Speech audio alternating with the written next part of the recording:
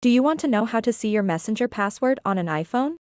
In this helpful tutorial, I will guide you through the steps of finding your Messenger password quickly and easily.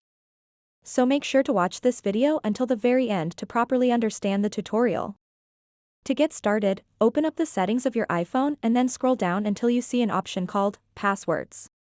Once you find it, tap on it. And it will use Face ID or Touch ID to verify that you are accessing your passwords. So now you'll see all of your passwords that you've saved on your iPhone. Just tap on the search bar up top and search for Messenger. And then select it from the search results.